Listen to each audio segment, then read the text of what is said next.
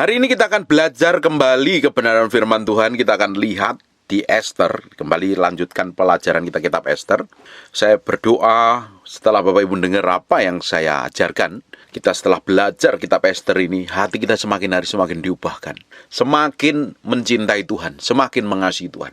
Mungkin selama ini kita hanya sibuk ingin mendapatkan sesuatu dari Tuhan.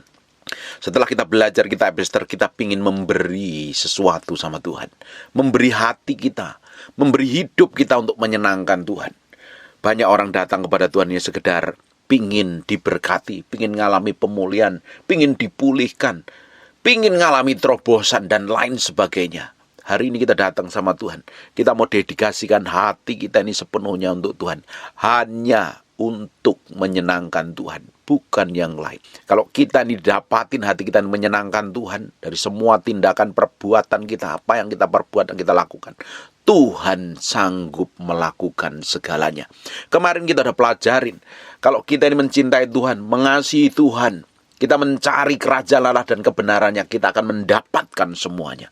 Tapi kalau kita hanya sekedar mencari apa yang kita butuhkan, apa yang kita inginkan, apa yang kita harapkan, kita tidak akan mendapatkan semuanya. Kalau kita mengejar mujizat, kita mengejar tangannya Tuhan, kita akan ketemu, tapi kita nggak mendapatkan semuanya.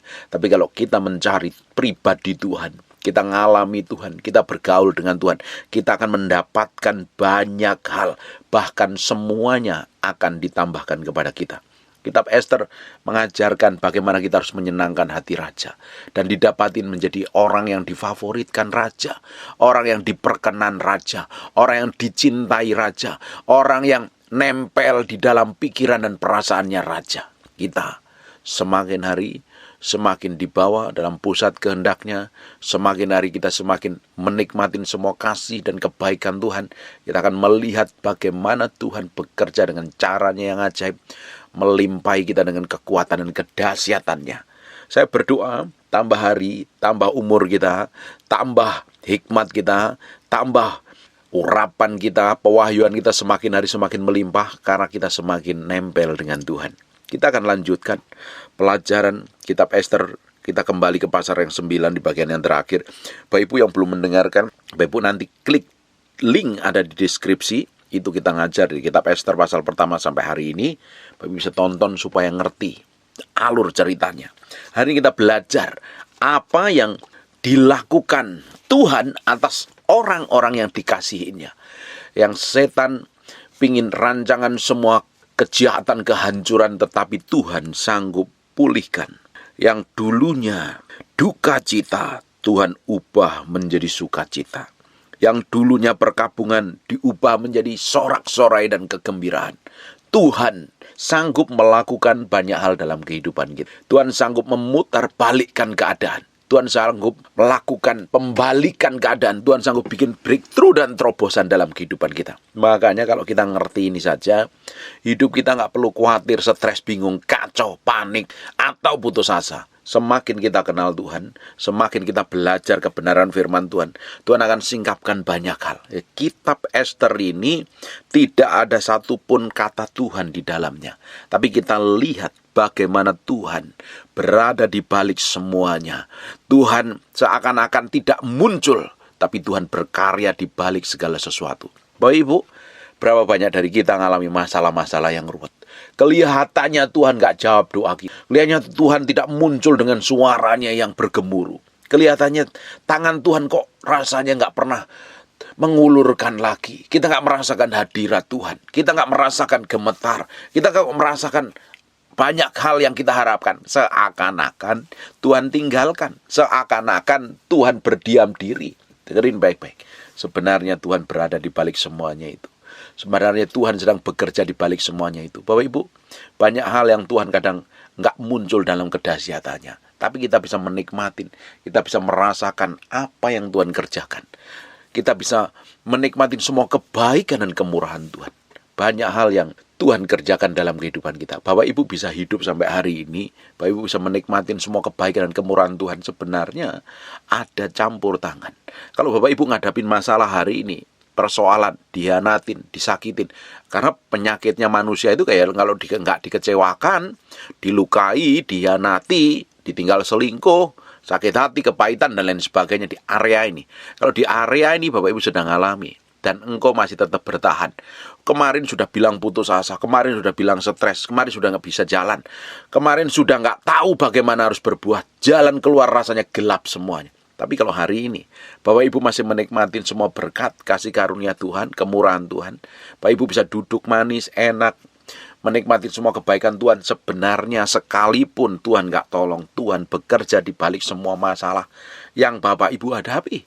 Jalan aja terus sama Tuhan. Kadang Tuhan memang izinkan segala sesuatu terjadi supaya kita ini melihat kebaikan Tuhan, supaya hati kita nempelnya sama Tuhan.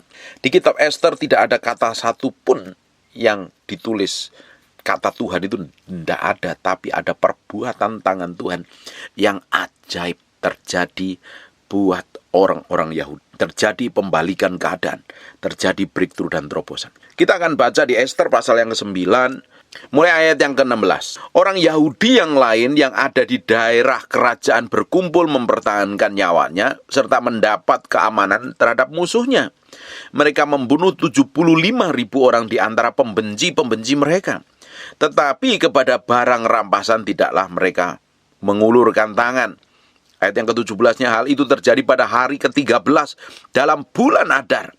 Padahal di hari ke-13 ini Haman merancangkan semua kejahatannya untuk menghabisin. Awal mulanya mau menghabisin Mordekai, tapi Haman tidak mau Mordekai saja dihabiskan, tapi seluruh orang Yahudi. Setan bisa rancangan kejahatan. Setan bisa mau jebak kita. Setan mau punya ide apapun juga. Tapi kalau kita ini berada di pihak Tuhan, Tuhan sanggup membalikkan keadaan. Pada hari ke-13, ternyata Tuhan lakukan sesuatu yang ajaib. Perhatikan, hal itu terjadi pada hari ke-13 dalam bulan Adar.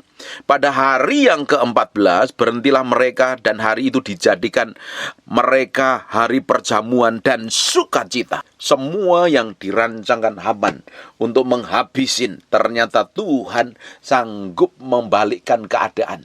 Yang dulunya diancam justru mengalami kemenangan. Justru Tuhan bikin hidupnya mengalami hari perjamuan dan sukacita. Harusnya hari itu bukan lagi hari perjamuan dan sukacita, harusnya hari duka.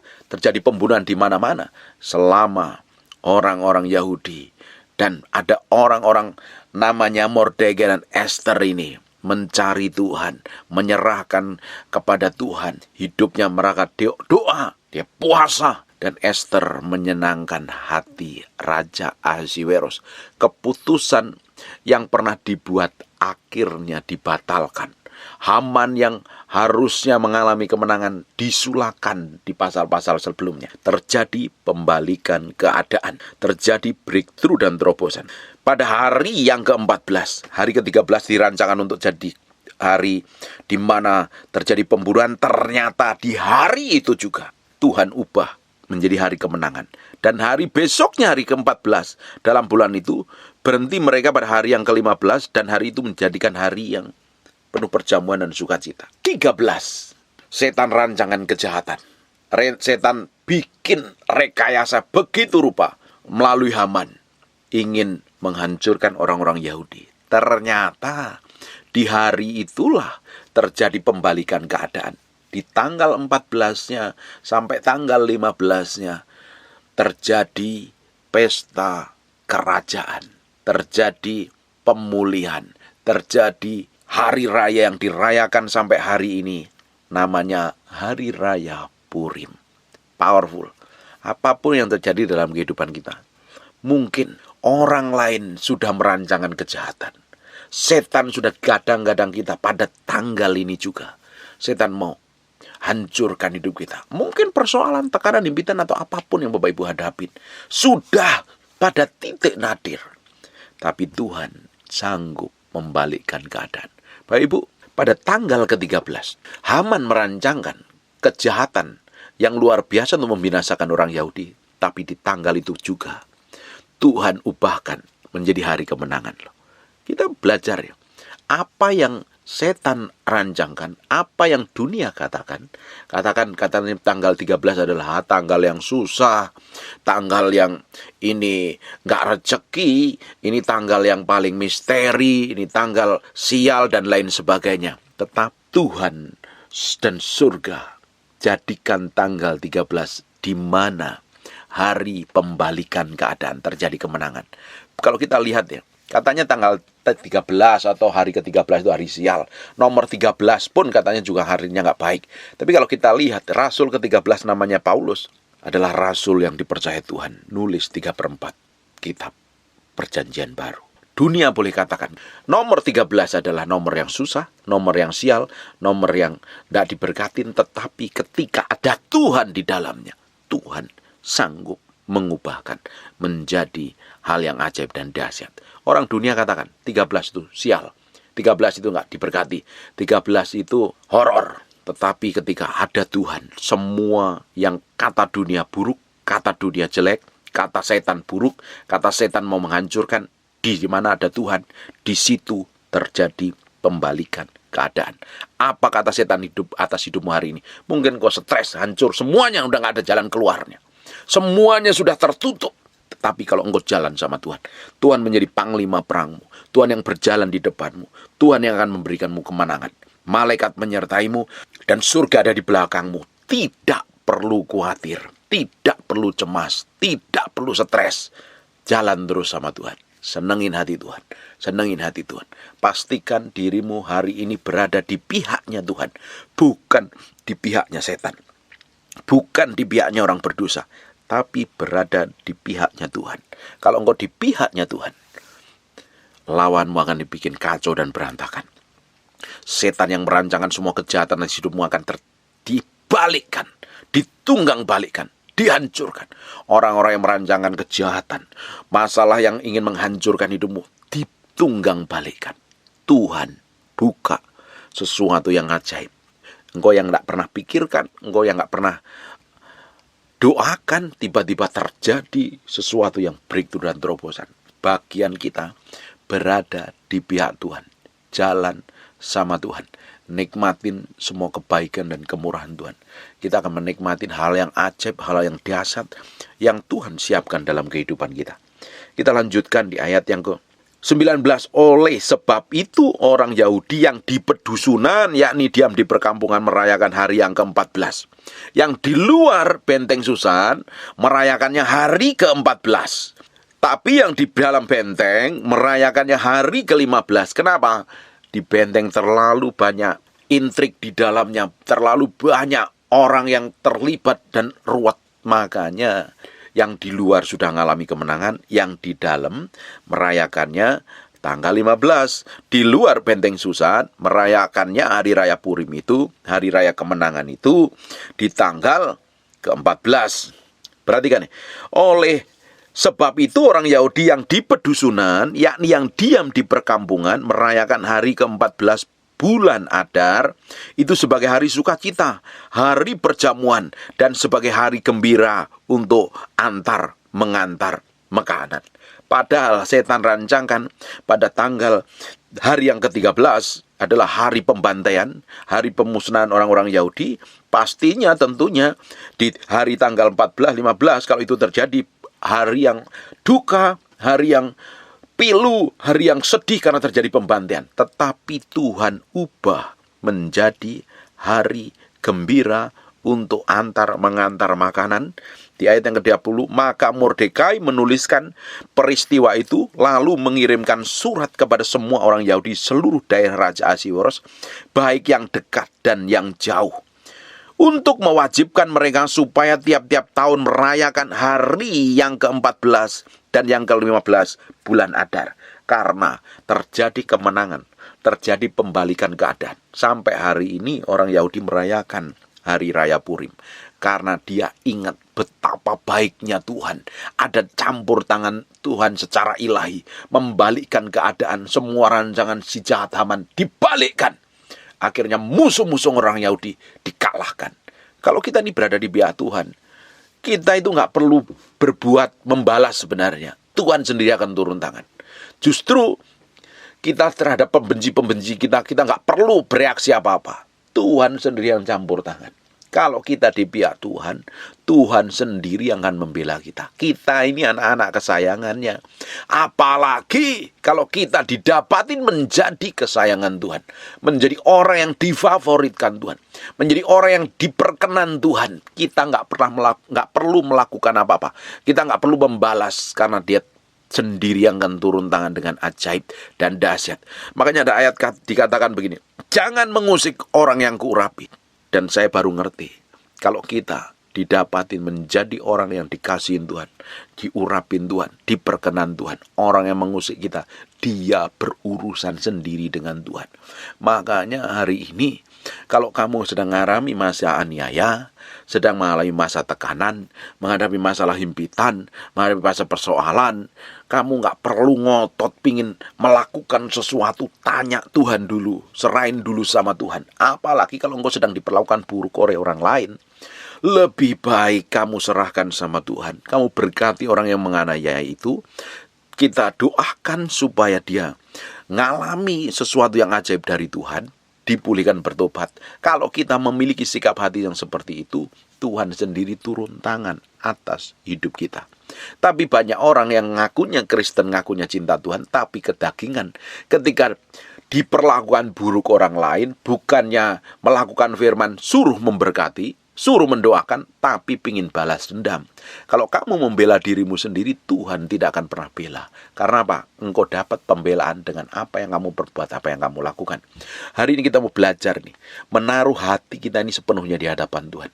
Semakin kita bisa menaruh hati kita ini sepenuhnya di hadapan Tuhan, semakin Tuhan akan terus bawa kita ngalami breakthrough, ngalami terobosan, ngalami hal yang ilahi. Kita akan melihat pembalikan keadaan yang dirancangkan setan, Tuhan bisa ubah menjadi hari yang penuh sukacita. Perhatikan ayat yang ke-22. Karena pada hari-hari itulah orang-orang Yahudi mendapat keamanan terhadap musuhnya.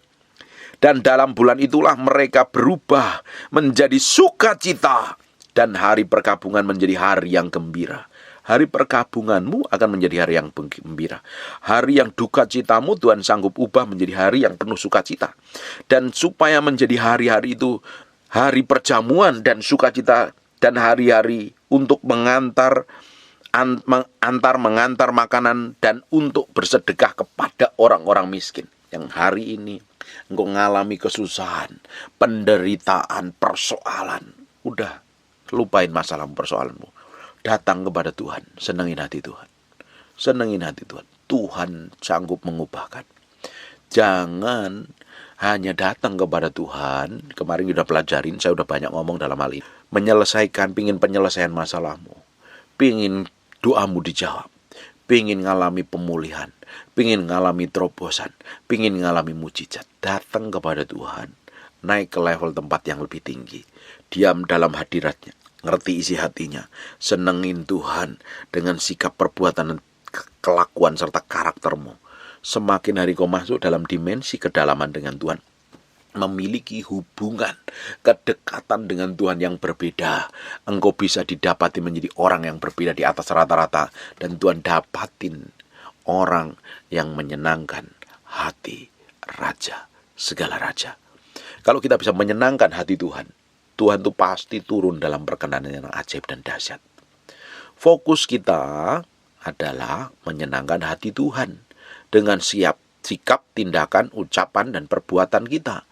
Karena ibadah yang sejati adalah mempersembahkan tubuh kita sebagai korban yang kudus, suci, dan berkenan. Hidup kudus, suci, dan berkenan di hadapan Tuhan. Kalau kita didapatin seperti itu, kita akan nikmatin banyak hal, keajaiban dan kedahsyatan. Kita akan menikmatin kemurahan Tuhan yang ajaib dan dahsyat. Kita akan menikmatin hal yang ilahi yang Tuhan siapkan dalam kehidupan kita. Tapi kalau kita ini hanya kerjaannya menggerutu, ngomel, ngeluh, cari pembenaran diri, hidup semaunya sendiri, nggak memiliki hubungan perkenanan dengan Tuhan, terus kamu ingin mengalami breakthrough dan terobosan, setan akan jajah hidupmu, setan akan tunggang balikkan hidupmu, karena sampai hari ini setan bekerja untuk mencuri, membunuh, dan membinasakan dengan caranya, dengan tipu muslihatnya. tetapi orang yang duduk diam di dalam lindungan yang maha tinggi. Setan yang tidak akan bisa menjamah kita. Setan tidak bisa menyentuh kita karena kita berada di tempat tersembunyi. Di mana tempat itu? Di dalam hadirat Tuhan. Bapak Ibu, setan memang punya rencana jahat sampai hari ini. Tujuannya untuk menghancurkan, mencuri dan membinasakan karena dia nggak mau dia masuk ke dalam Gehenna, ke lautan api kekal sendiri. Dia pingin anak-anak Tuhan, orang-orang yang dikasihinya Tuhan diseret jatuh di dalam dosa dan ujungnya masuk dalam kebinasaan. Tetapi kalau kita ini ambil komitmen dengan Tuhan, jalan sama Tuhan, hidupmu akan mengalami breakthrough dan terobosan, mengalami perubahan. Kita akan lihat di ayatnya selanjutnya. Maka orang Yahudi menerima sebagai ketetapan apa yang sudah dimulai. Mereka melakukan apa yang ditulis Mordekai kepada mereka. Perhatikan ayat 24. Sesungguhnya Haman bin Hamedata orang Agag, seteru semua orang Yahudi itu, telah merancangkan hendak membinasakan orang Yahudi, dan dia pun telah membuang pur, yakni undi, untuk menghancurkan dan membinasakan mereka. Kita kemarin udah pelajarin. Setan pun tidak pernah tahu kapan tepatnya kejadiannya, kapan dia mau menghancurkan kita. Dia tidak tahu. Dia hanya bisa merancangkan. Bahkan Haman pun hanya membuang undi, mungkin membuang dadu lah. Oh, ternyata tepatnya tanggal 13. Dia nggak tahu ujungnya tanggal 13 itu terjadi apa. Di dalam tanggal 13 itu menurut rancangannya dia, surat ketetapan dari raja itu akan digenapi dan orang Yahudi akan dimusnahkan, akan dibinasakan. Ternyata ujungnya berbalik keadaan. Terjadi pembalikan keadaan. Tanggal 13 yang dirancangkan untuk membinasakan orang Yahudi, ternyata pembencinya orang Yahudi yang dibinasakan pada tanggal 13 itu. Setan tidak pernah tahu loh masa depan kita. Setan tidak pernah tahu dan ngerti hidup kita seperti apa. Dia nggak ngerti isi hati kita, tapi dia akan lihat dari semua tindakan, ucapan, dan perbuatanmu. Dia cari celah, di mana celah ada, dia akan masuk dan menghancurkanmu. Ingat tentang di Lukas pasal yang keempat, ketika Yesus dicobain iblis, dia menunggu waktu yang tepat. Ketika Yesus tidak bisa dicobain, dia menunggu waktu yang tepat untuk menghancurkan. Iblis sampai hari ini pun dia menunggu waktu yang tepat. Dia pikir kita bisa dihancurkan. Tapi kalau kita hidup benar di hadapan Tuhan, setan tidak pernah bisa menyentuh hidupmu. Tapi kalau engkau buka celah dalam dosa, kelemahan, pelanggaran, karena dosa memutuskan hubunganmu dengan Tuhan. Kalau putus hubunganmu dengan Tuhan, yang engkau nggak dalam perlindungan Tuhan, setan bisa hajar hidupmu.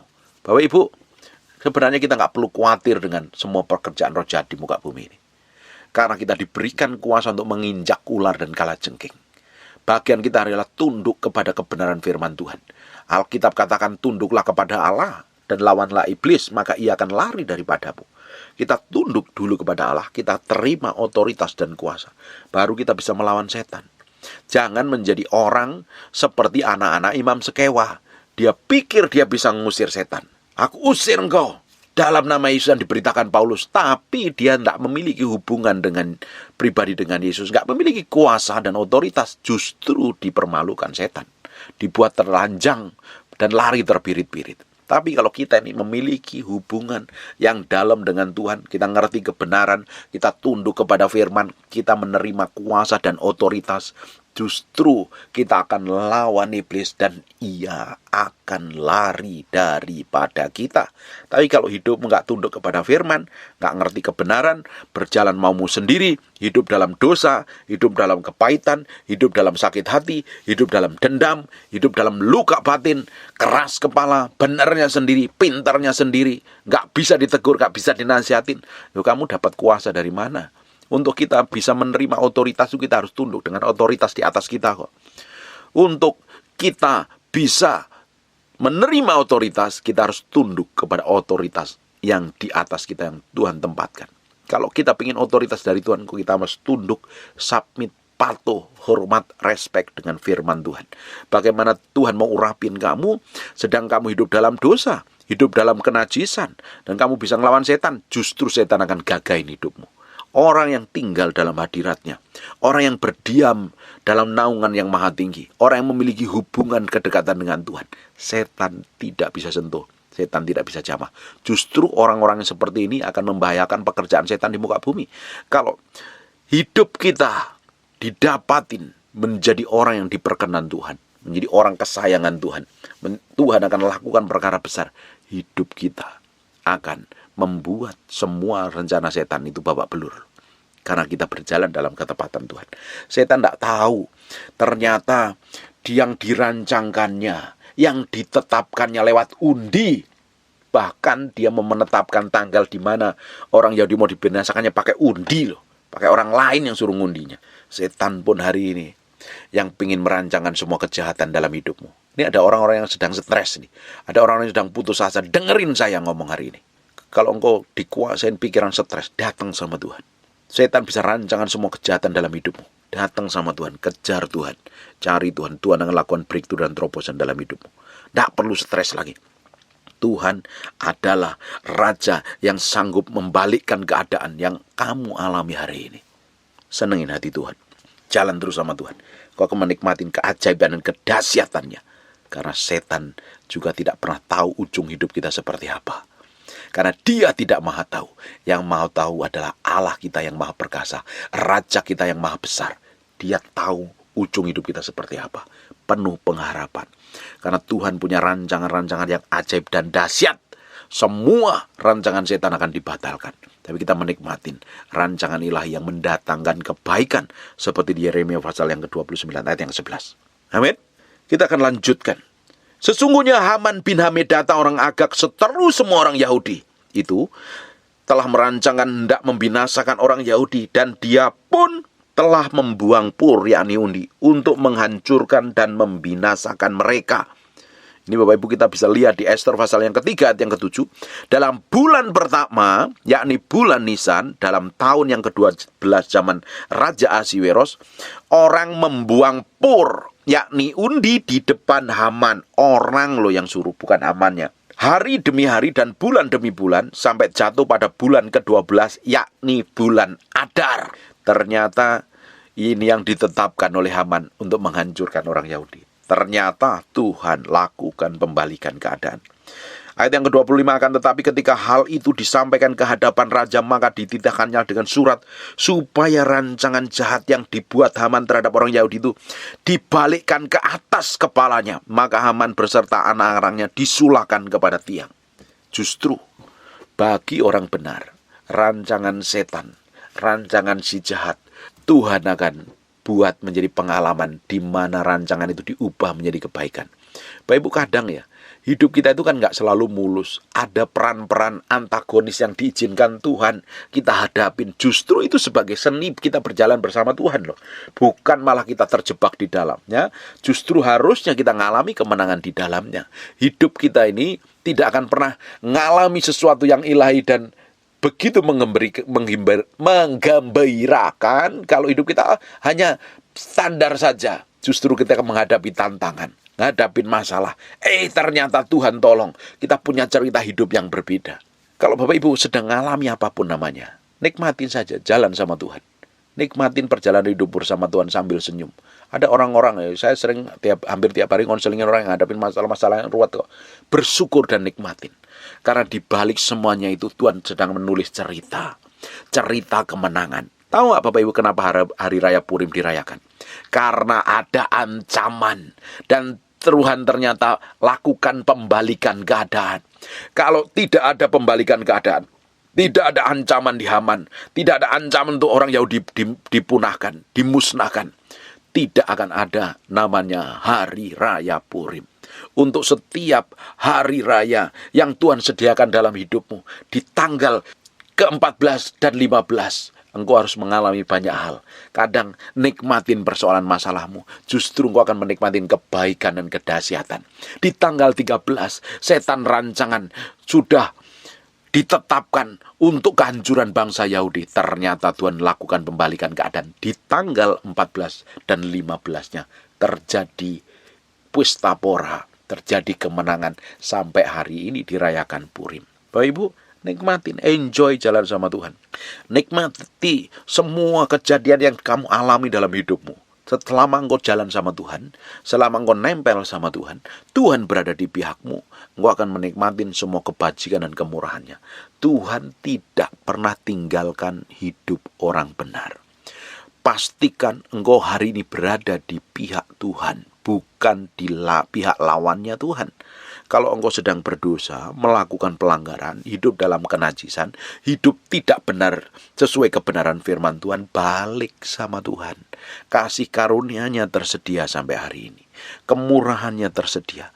Kalau engkau sudah tahu hidupmu kacau, babak belur, hancur, berantakan, kamu gak balik sama Tuhan, setan akan semakin giecek, setan akan semakin hancurkan, setan akan semakin tindas, setan akan semakin buat hidupmu menderita. Ketika engkau balik sama Tuhan, serahin hidupmu sama Tuhan, kejar Tuhan, semua rancangan si jahat Tuhan sanggup balikkan, dan engkau akan menikmatin kebaikan, kemurahan, kedahsyatannya, dan keajaibannya. Engkau akan menikmatin hal yang ilahi, dan nama Tuhan akan dipermuliakan melalui hidupmu. Hidupmu punya sejarah baru. Anak cucumu bisa kamu ceritakan perjalanan hidupmu bersama Tuhan, ngalami breakthrough dan terobosan. Amin. Akan tetapi ketika hal itu disampaikan kehadapan raja, maka dititahkannyalah dengan surat supaya rancangan jahat yang dibuat Haman terhadap orang Yahudi itu dibalikkan ke atas kepalanya. Maka Haman beserta anak-anaknya disulahkan kepada tiang. Oleh sebab itu hari-hari itu disebut Purim. Menurut kata Pur, oleh sebab itu jugalah, yakni karena seluruh isi surat itu dan karena apa yang dilihat mereka mengenai hal itu, apa yang dialami mereka. Orang Yahudi menerima sebagai kewajiban dan sebagai ketetapan bagi dirinya dan keturunannya, dan bagi sekalian orang yang akan bergabung dengan mereka, bahwa mereka tidak akan melampaui merayakan kedua hari itu tiap-tiap tahun, menurut yang dituliskan tentang itu pada waktu yang ditentukannya. Ayat 28, pada hari-hari itu akan diperingati dan dirayakan di dalam tiap-tiap angkatan, di dalam tiap-tiap kaum, di tiap-tiap daerah, di tiap-tiap kota, sehingga hari-hari Purim itu tidak akan lenyap dari tengah-tengah orang Yahudi, dan peringatannya tidak akan berakhir dari antara keturunan mereka. Perjalanan orang Yahudi yang mengalami breakthrough, kemenangan, pembalikan keadaan, diingat anak cucunya. Sampai kita hari ini pun mengingat dengan ditulisnya kita pelajari kitab Ester ini. Semua kemenangan yang terjadi dalam hidupmu, kalau engkau berada di pihaknya Tuhan, anak cucumu akan ingat loh. Ini loh papaku, ini loh engkongku, ini loh mak kongcoku, dan lain sebagainya lah, apalah namanya sebutannya. Pernah hidup takut akan Tuhan dan hidup dibela Tuhan, dan anak cucumu akan ngerti bahwa Tuhan yang disembah oleh hidupmu telah melakukan banyak hal yang ajaib. Dia tahu bahwa perjalanan hidupmu pernah mengalami banyak hal, dan ternyata Tuhan lakukan pembalikan keadaan. Tuhan itu punya cara yang ajaib untuk membuat hidup kita itu menulis sejarah yang tidak pernah kita lupakan. Lewat apa? Lewat persoalan dan kita mengalami kemenangan. Semua kejadian-kejadian yang diizinkan Tuhan terjadi dalam hidup kita, dan kalau kita tetap jalan sama Tuhan, ujungnya kita mengalami kemenangan. Sebenarnya cara Tuhan menulis sejarah dalam hidup kita yang tidak pernah kita lupakan, bahwa Tuhan pernah bikin breakthrough dan terobosan. Tuhan pernah melakukan sesuatu yang ilahi. Tuhan pernah melakukan hal yang ajaib. Pertolongannya, keajaibannya, kedahsyatannya tetap menyertai hidup kita. Perhatikan 29, lalu Ester sang ratu anak Abihail menulis surat bersama-sama dengan Mordekai orang Yahudi itu. Surat kedua tentang hari raya Purim dituliskan dengan segala ketegasan dan menguatkannya. Lalu dikirimlah surat-surat itu kepada semua orang Yahudi dalam 127 daerah kerajaan Ahasiweros dengan kata-kata salam dan setia, supaya hari-hari Purim dirayakan pada waktu yang ditentukan seperti yang diwajibkan kepada mereka oleh Mordekai, oleh orang Yahudi itu, dan oleh Ester sang ratu. Perhatikan ini, Mordekai, orang Yahudi itu, dan oleh Ester sang ratu, dan seperti yang diwajibkan mereka kepada dirinya sendiri serta keturunan mereka mengenai hal berpuasa dan meratap-ratap. Demikianlah perintah Ester menetapkan perihal Purim itu kemudian kan ditulis di dalam kitab sejarah di mana Tuhan melakukan keajaiban dan kedahsyatan itu diingat oleh anak cucu. Sejarah bagaimana bangsa Yahudi ngalami terobosan dirayakan sampai hari ini. Tidak heran loh, bangsa Yahudi sekalipun dia berada di lingkungan negara-negara Arab, dia tetap bertahan karena ada tangan Tuhan yang ajaib dan dahsyat. Kita lihat ya, dalam perang Yom Kippur, orang Yahudi, orang Israel dikepung oleh beberapa negara. Ternyata Tuhan tolong, Tuhan lakukan terobosan dengan ajaib dan melakukan kemenangan, hal yang luar biasa. Sampai hari ini pun Israel, orang-orang Yahudi yang ada di Israel sampai hari ini, Tuhan tetap tolong. Apalagi kita, orang-orang Israel rohani yang kenal Yesus Kristus sebagai Raja dan Tuhan kita.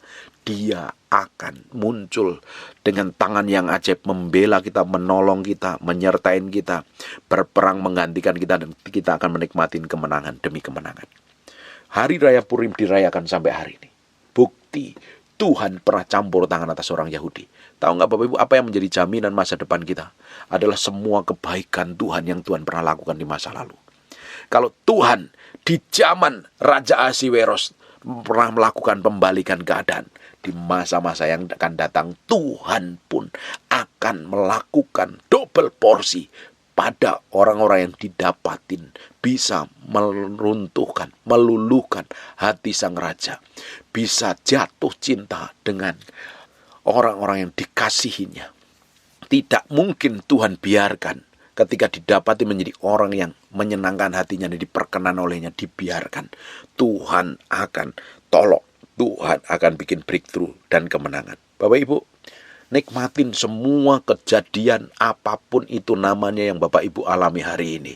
Bukti Tuhan menyertai, tertulis dalam kitab Ester. Bukti Tuhan campur tangan, ada ditulis kitab Ester. Sekalipun kata Tuhan tidak pernah ditulis di kitab Ester, tapi di balik kejadian ini Tuhan campur tangan dengan caranya yang ajaib. Dari kitab Ester kita belajar bagaimana kita menyenangkan hati Tuhan. Kalau kita menyenangkan hati Raja, kita mendedikasikan hidup kita di hadapan Tuhan, dan Tuhan dapatin kita menjadi orang yang diperkenannya. Tuhan campur tangan dengan caranya yang ajaib. Tuhan bikin breakthrough, Tuhan bikin terobosan, Tuhan lakukan perkara ilahi, dan namanya disebut atas keturunan anak cucu kita.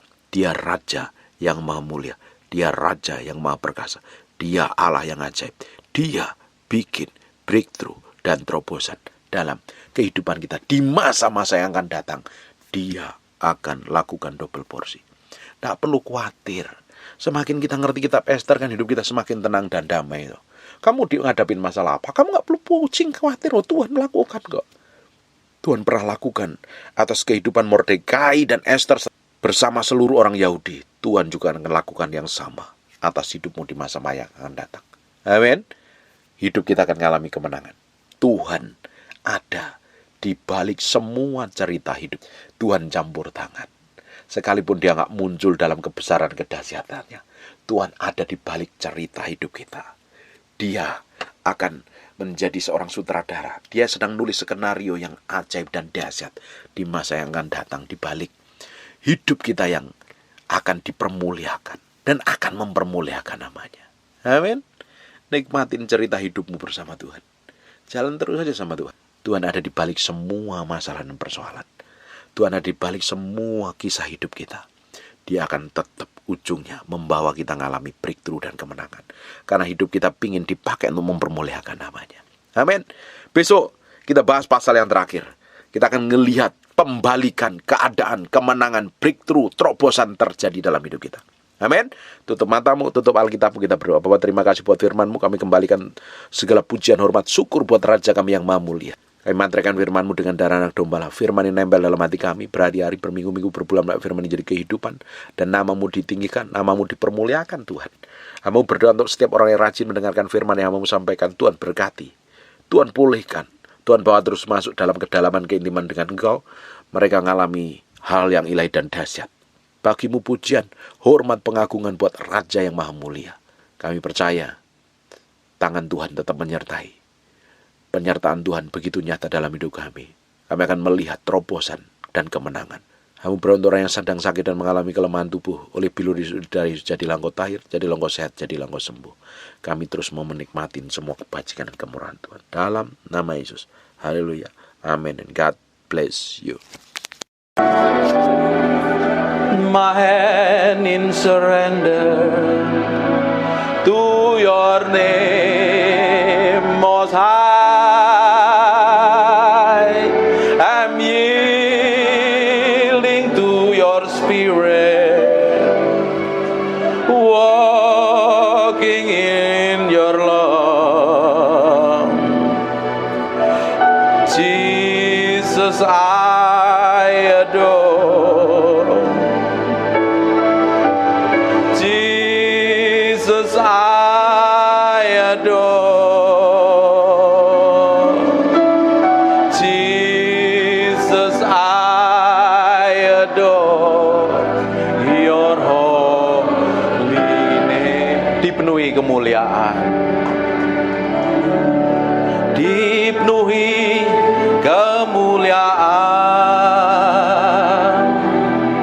Sembah dengan nyanyian, dipenuhi pujian. Kami berikan yang kalem saja. Korban pujian. Angkat tanganmu, sembah Dia. Kau saja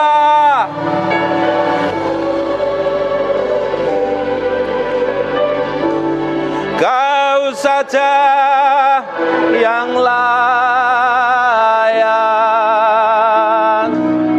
Kau layak terima glory.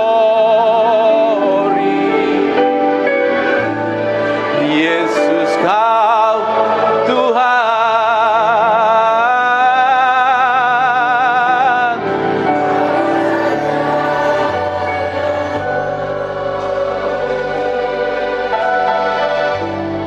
Kau saja yang layak. Kau layak terima glory.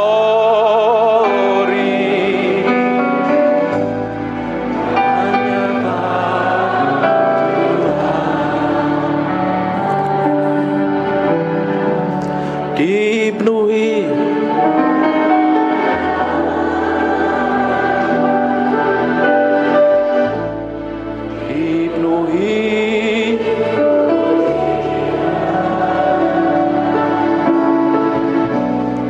kami.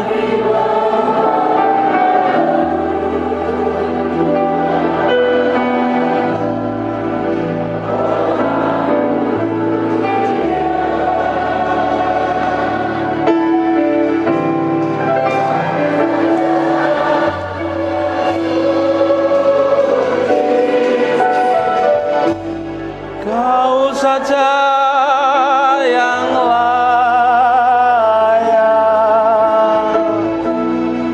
Kau layak terima glory. Yesus, Kau Tuhan.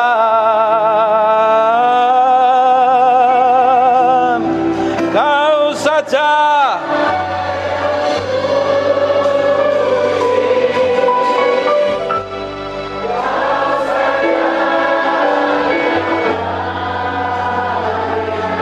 Haleluya. Kau layak terima glory. Hanya Kau Tuhan. Tetap fokus sama Tuhan. Tetap main yang lemah. Roh Kudus, aku minta urapan itu sedang mengalir dari ujung ke ujung. Aku berdoa urapan itu sedang turun dalam ruangan ini. Mengkene mende peke nomo sandero nomo topo kura laba tepe mete. Imine mebe piene meke nomo to sandere ini. Nikmati ada gelombang pengurap itu sedang mengalir. Aku berdoa urapan itu sedang turun. Sekarang lebih kuat urapan itu. Pake nomo soko henaramante kono.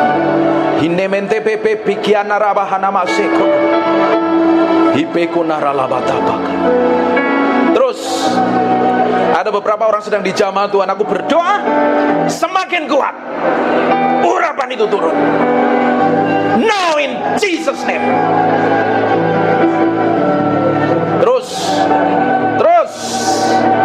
Roh Kudus bagianmu sekarang. Bagianmu sekarang. Rapakah nama sekonomo. Ikere bete pepe kiene mende beki nomoko sande konomo. Ine mende rebebe piana mabahana masya. Irala baka harabasya nama takara nama sekene mende bebe kene. Terus semekona lama dabang. Terus kita akan nikmatin Tuhan. Kita nikmati hadiratnya.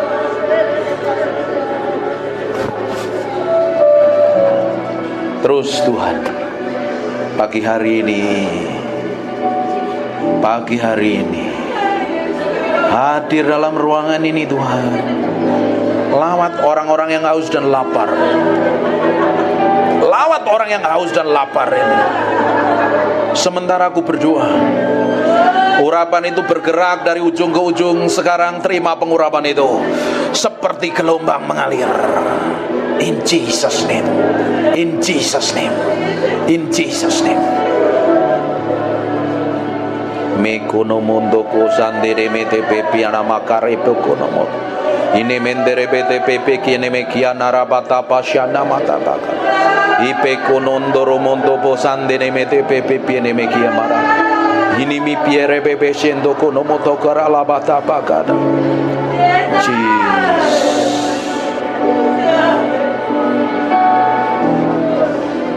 Terus Tuhan, buat sesuatu yang berbeda pagi hari ini. Kau lihat orang yang haus dan lapar ini Tuhan. Mereka akan dilawat Tuhan. Mereka akan dilawat Tuhan. Mereka yang sudah kering, angkat tanganmu yang udah kering, lama gak ngalami Tuhan. Minta sama Tuhan, minta sama Roh Kudus pagi hari menjamah hidupmu. Aku lepaskan urapan ini turun di antara umatmu. Ada kuasa Allah yang bergetar. Tiba-tiba ada beberapa orang dijamah Tuhan. Sampai engkau gak tahan. Urapan itu semakin kuat. Sekarang Jesus name. Jesus name. Terus ada orang-orang gak tahan. Kuat sekali urapan di ruangan ini. Sekarang jamah Tuhan. Jamah Tuhan. Terima pengurapan itu. Terima pengurapan itu.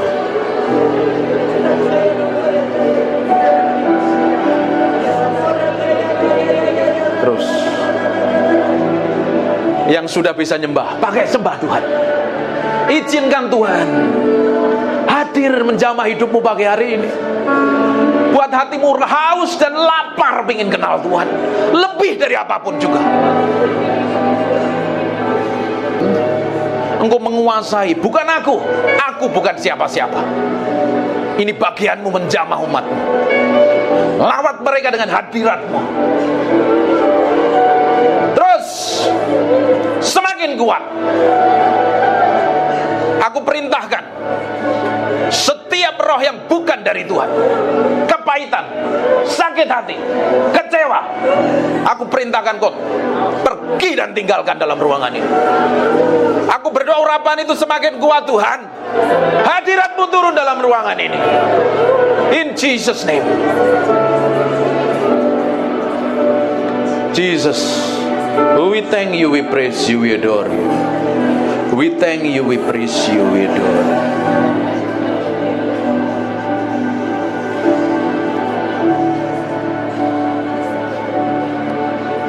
praise you, we adore you. We thank you, we thank you.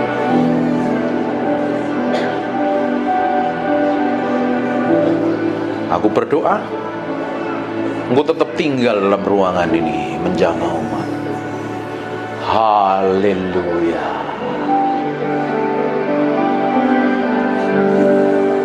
Haleluya. Haleluya.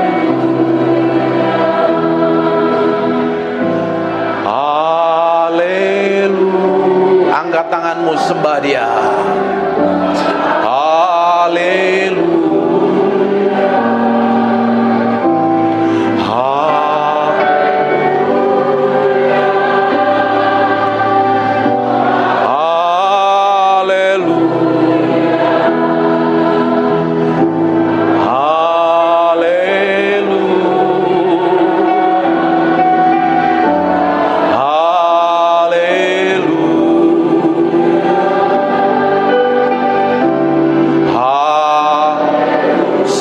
Lagu ini dinyanyikan, sementara umatmu menyembah, Engkau ditinggikan, Engkau dimuliakan dalam ruangan ini. Engkau saja yang layak disembah dan ditinggikan.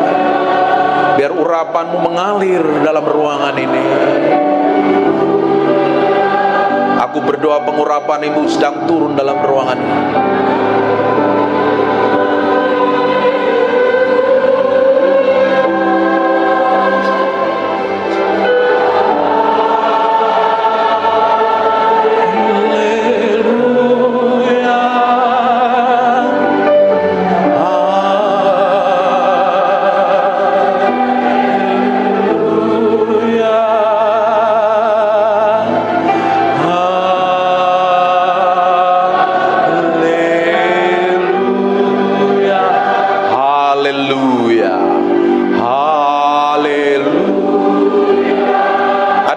Sakit, taruh tangan kananmu di bagian yang sakit. Saya mau berdoa.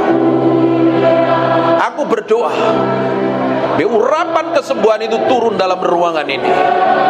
Dan aku perintahkan semua sakit, penyakit, dan kelemahan tubuh pergi, tinggalkan tubuh orang-orang yang sedang menyembah. Dalam nama Yesus, dalam nama Yesus.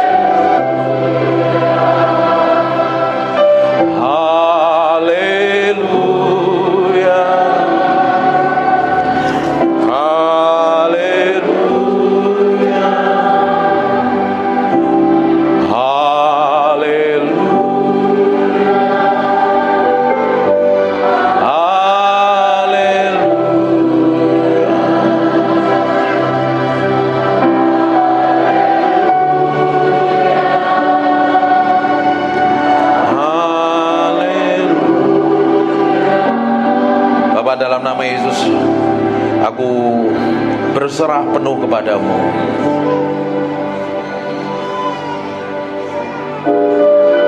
Tolong anak kecil bisa di ruangan lain. Hormatin Tuhan.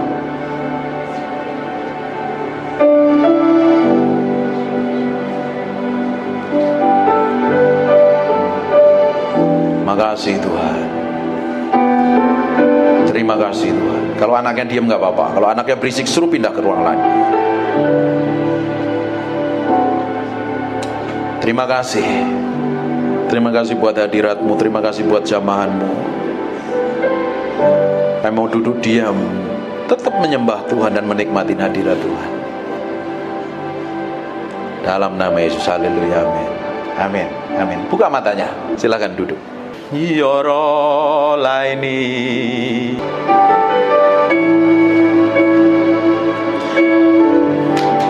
aini yoro laini yoro laini Jesus yoro laini. Saya pengen nyembah. Jesus, I just want to thank you. Jesus, I just want to thank you. Jesus, I just want to thank you. Saya nyanyi lagu ini loh, ngerasain hadirat Tuhan loh. Jesus, I just want to thank you.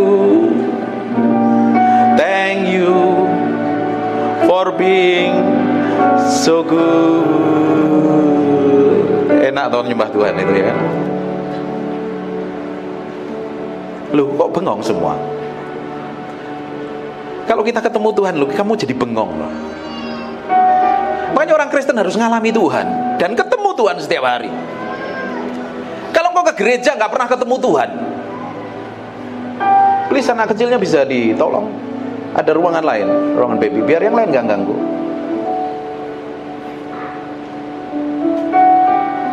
Kalau kita ngalami Tuhan, kita ketemu Tuhan, kita memiliki hubungan kedekatan dengan Tuhan. Hidupmu berbeda, kelakuanmu berbeda, sikapmu berbeda.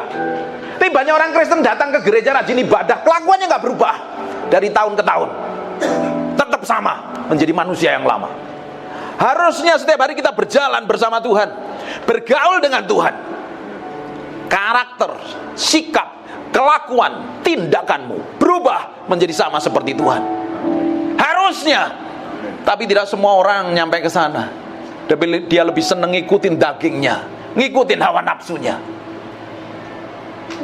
ngikutin egonya, tidak mau tunduk dan submit kepada Tuhan. Terus berharap dipakai Tuhan, berharap hidupnya ngalami kemuliaan Tuhan, sampai matamu biru dan rambutmu merah, tidak akan pernah berubah.